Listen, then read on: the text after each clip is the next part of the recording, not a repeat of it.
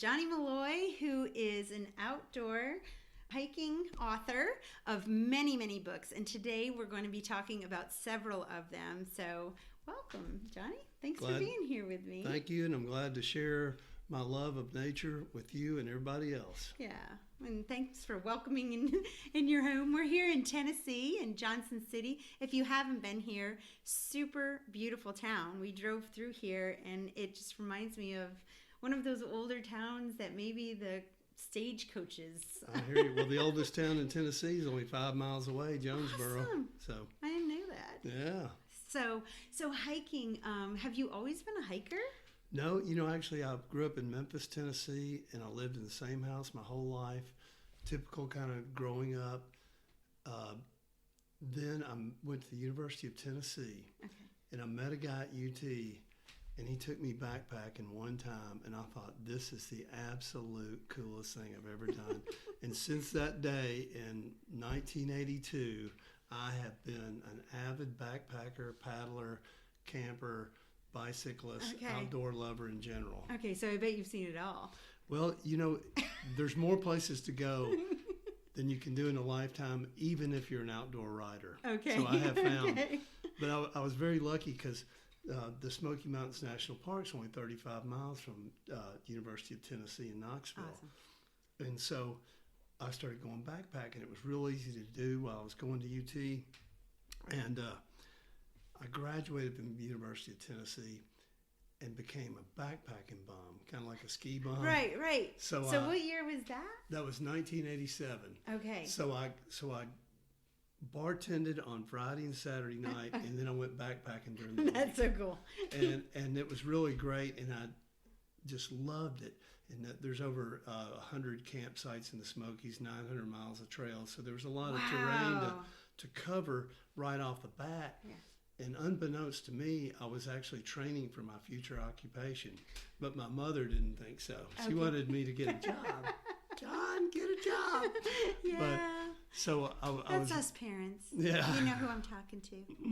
So I was very fortunate that a buddy of mine that had a degree in journalism from University of Tennessee would go backpacking with me. And one time he said, hey, you ought to write a book about your adventures and I'll help you. And my degree was actually in economics from UT. And it turns out I did that. And so I started writing down these stories literally by longhand. Okay. My buddy would type them up and edit them, and we'd go over them. And this was before the internet. So after we got them kind of ready, we went to a bookstore and looked up some publishers and got their addresses and sent them query letters. Okay. Are you interested in this True Adventure Stories in the Smokies book? And it turns out one said, yes, we are interested. And the other one said, we're not actually interested in that, but based on your experience, are you interested in writing a hiking guide for the Smoky Mountains? Okay.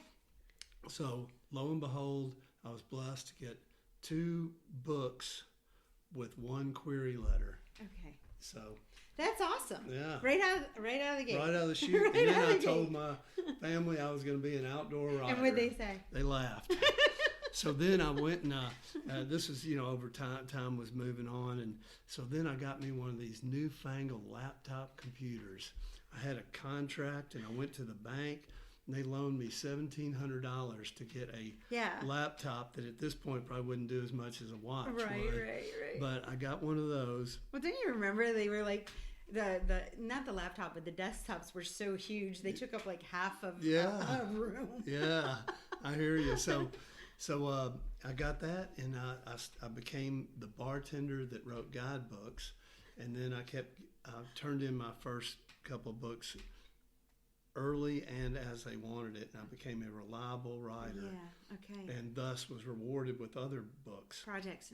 Book projects.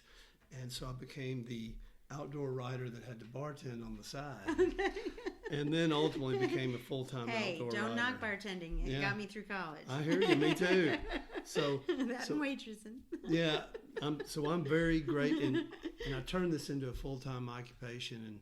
And I've been lucky enough to branch out into working with 7 different publishers, hiking guides, camping guides, paddling guides, fishing guides, how-to guides, true adventure stories. Awesome. And it's just a great life. So I found Johnny through this guide. It's called 50 Hikes in Alabama, and I found it at Gunnersville State Park, which is not too far from my house. So one of the ways I was able to make this connection was write him and just say, hey, I'm in Alabama, you're in Tennessee, would you like to chat about hiking? Because I absolutely love to hike as well. Last year, every year I try to do a different European Alp. And so last year was the Austrian Alps, Wow. and the year before was the Dolomites, and then the German Alps. So I'm going back to the Italian ones again this year because we got to help them recover. That's right. That's right. So I'm excited about hiking here in America too. And just this weekend we did Jefferson National Park, and we did the Cascade Falls and stuff. So you just finished writing a book in North Carolina? Yeah, Coastal Trails of the Carolinas. One thing about, you're talking about different places. Everywhere is beautiful. You just got to know where to look. Right. Because even, I've written guides from Columbus, Ohio. When I was predisposed, I was thinking, there's not going to be anything good there. Well, guess what? There's a lot of great parks and a lot of great trails that stand on their own. Because if it all looked like the Italian Alps or everywhere, variety of landscape actually enhances the situation. True. Because when I first got into the Smokies, so I was like, Smokies, and nothing's better. But, I was limiting my own vision. Right. And then I've come to realize I've written a Paddler's Guide to Everglades National Park and all these bunch of books in Florida. Did you see some gators? I did. and I've learned to. Was that an adventure guide, or was it? Well, there's actually been a bunch of them, but when you're paddling in Everglades National Park, you're actually part of it. You can paddle on the Gulf of Mexico. Okay. So when you're in a canoe in the Gulf of Mexico, a lot of things can happen. So I'm gonna have to get that book too, because I got to read about the adventures in Florida. Yeah. So I've written books covering all or parts of 26 different states. Wonderful. And I've learned to love them all and enjoy each place for what it is. Right. Wonderful. Speaking of so many hiking trips, do you have like a particular hiking packing list? Do you do various, like do you do all tenting, or do you? No, that's another thing is, not only do I recommend people varying their destinations, but vary your activities. Okay. That I'd go canoe camping, I go backpacking, day hiking, car camping, wonderful, bicycle camping, because I'm only limiting myself again if I say I'm not doing that or this isn't me, and also I go where the books take me. And a lot of times when I'm working on day hiking guides, I'm car camping. But right now I'm working on a book called Backpacking Tennessee, so I'm backpacking. But to answer your question, yes, I do have lists, but I still forget stuff. Every time. I think that's on the last thing on the list, forget something.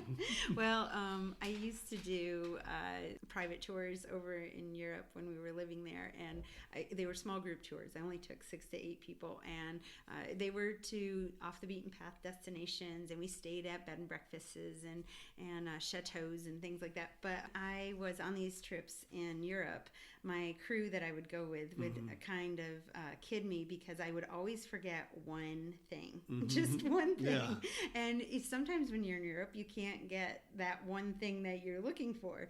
And so you learn to live without. And most of the time it was something that you could live without. Yeah. Do with what you got. That's right. And what is it? Necessity breeds ingenuity. Yep. And you become... Because when you're out there backpacking, you got what you got, and that's all you got. Yep. I've been really lucky to go on. I have not through hiked the Appalachian Trail, but I have hiked a lot of it, especially in the South.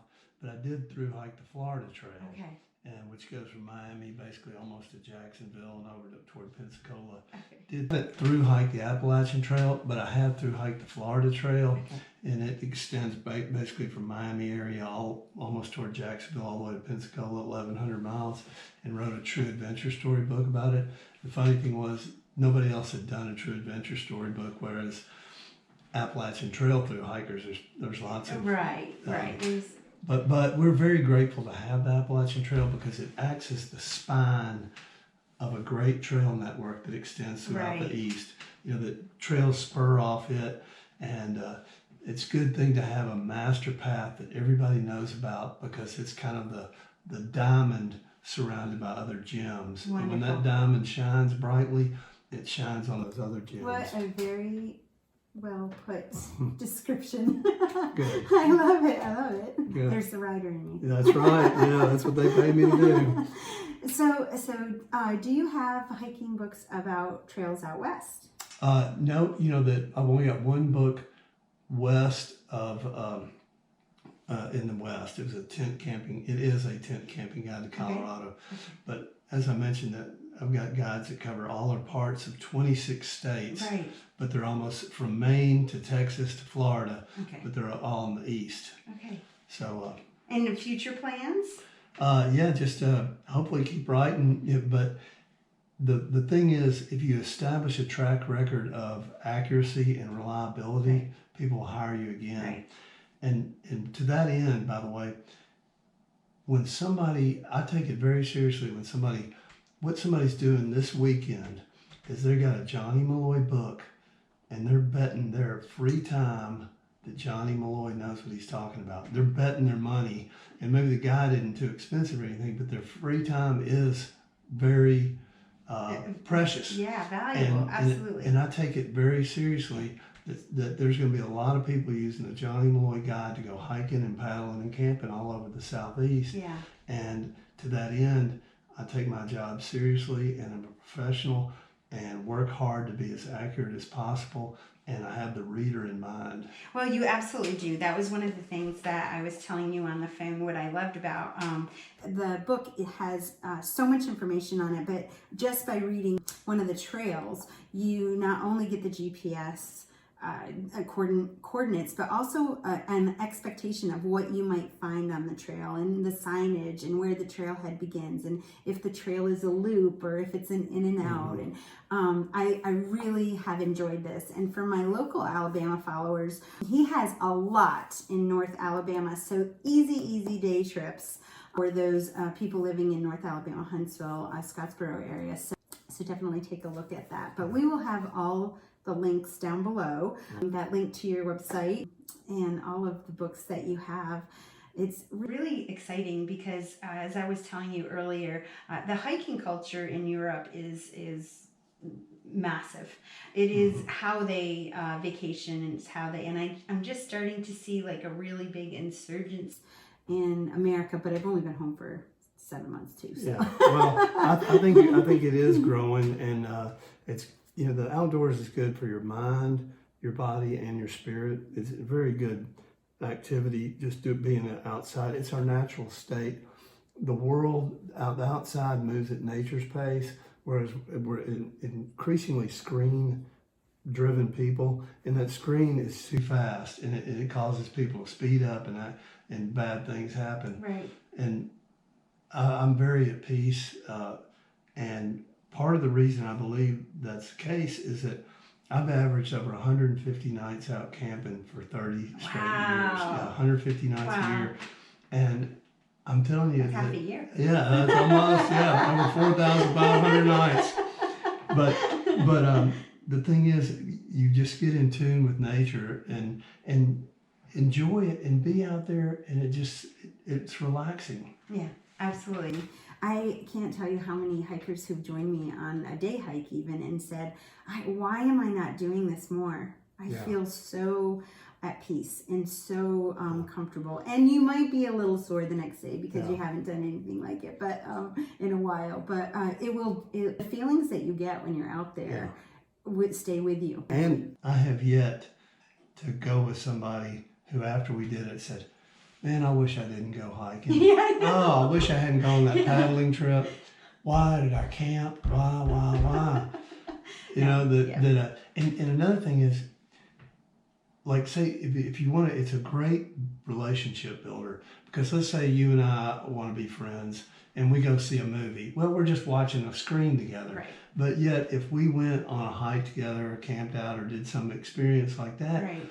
that we create memories. And it's a great way for friends, family, husbands and wives to build relationships and create their own bank of memories. Because my wife and I, that's one thing we love. We look back on all the things we've done together, and it builds the bonds of our relationship. Yeah. Because even if it was, we had fun, or we made it through the storm together, we can make it through the next storm. So it's also a great relationship building tool. Absolutely.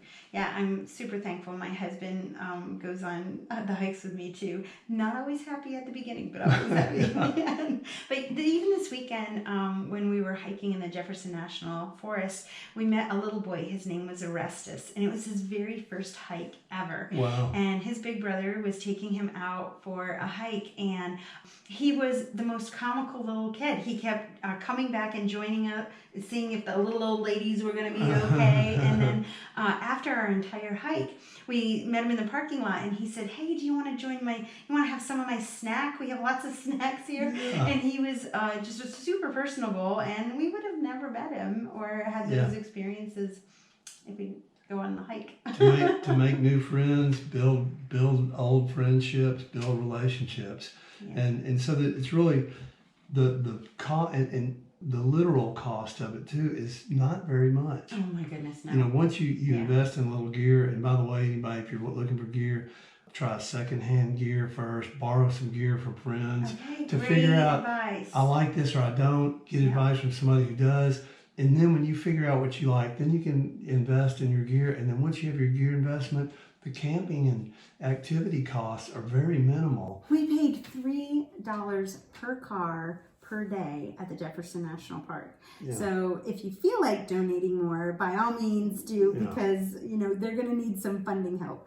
But we did. We paid $3 per car, not per person, per car.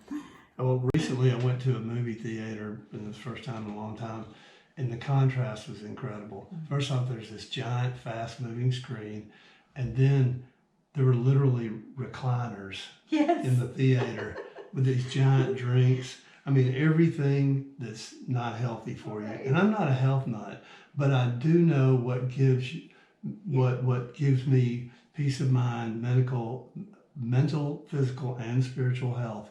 And it seemed like that movie experience was the antithesis of an outdoor experience where we would hike. And the funny thing is, when you start hiking and getting in the outdoors, it makes you want to be more healthy. It's like it makes you want to eat an apple instead of a cookie. Right. And exactly. And just experiencing the outdoors, and we're we're called to preserve the outdoors, and as a people. And one thing that's important, it's easy to say generically, oh, save the environment, or we want to purchase a new park, or to protect an area or something like that. It's one thing to generically do it, but when you get out there and you see it and you experience it, the tangibility of it makes you want to help out at a state park or whatever your calling is. We passed these trees this weekend in the park that literally look like they were alive. Their roots covered a rock. It looked like skin on their roots, like wrinkles on a hand. And I took a picture of it because it is alive. Yeah. I think sometimes we forget that trees and fern, and they're just trees, but it's a living, breathing thing. Yeah. And it was the coolest thing. So I had to take like an up close picture of it and show that it had a mind of its own too, by the way that it was growing and grabbing a hold of that rock. Good. And then also the fibers and the root, how it was so detailed. Yeah. So you visually experience that yourself. And even, that's another thing, you can watch anything online, but it's important to get out there, because not only is there a visual component, there's the smells. The smells. So you're totally right. It's all the senses. Yeah. Yeah. And then once you get to the waterfall, of course, it was really right. Yeah. So But I got a saying, the outside ain't the inside. So you can sit inside all day long and you'll be warm, dry, and well fed, but you won't be able to experience the great outdoors. So when you do go outside, be able to roll with the punches. Everything's not going to be perfect, but everything's not perfect when you're in the city. Right. So be able to roll with the punches and make it an adventure. And when problems crop up, you can work together to solve them. It's true. It's true. I love the idea of the team building. You know, that you really do have to, whether the trail is easy or light. I do like how now they have a lot of the trails that are being cared and tendered for. They have an opportunity for trails that are a little bit wider, might be a little bit smoother. No matter what age or level, you can still experience a very nice hike. And then they have the more challenging hikes available for those that might want a little bit more of a challenge or want to be closer to the water and are okay with getting their feet wet. So I really do like how it seems like a lot of the parks and trails that are being taken care of. In Huntsville, we have the Land Trust, and they've just purchased another whole protective area, and theirs is a lot of volunteers that come in and help maintain the trails and keep it and or forge them in a really conscious way to keep it right with nature. Yep. Not only do you want to enjoy it with your friends and family, but you want to bring other people into it. And when you're taking somebody in, taking them on a hike, it's not a thing to say, I'm going to show you what a great hiker Johnny Molloy is. We're going straight up the mountain. You got to think of their experience. You want it to have a good weather day. Listen to them and to their desired experience, and you make them want to come back. It's not a show-off session. So gear and also one added little thing is I always try to bring some kind of food they like. You know, make a good spread for them for lunch, and man, they'll want to go hiking again. Excellent. So, Johnny, how can people get one of your guides and start hiking? Yeah, well, my guides are mostly regional, like I said, covering 26 states. So Florida books can be in Florida, and Wisconsin books can be in Wisconsin, and so forth. Everything's available on Amazon.com. Okay. My website, johnnymolloy.com, JohnnyMolloy. Okay, I'll put that across the screen too, so people can. JohnnyMolloy.com, and I put my all into them, and I'm thinking about you when I write these books, because I want you to have the best time you can and love the outdoors as much as I do, and enjoy the blessings I've received from the outdoors. Well said. Well, love it. Well, thank you so much for having me here today and for talking about hiking and your guides. And I hope to go hiking with you someday. Well, sounds good. Let's hit the trail. Okay. Thanks for joining us here for Talking Travel with Wendy. We'll see you soon.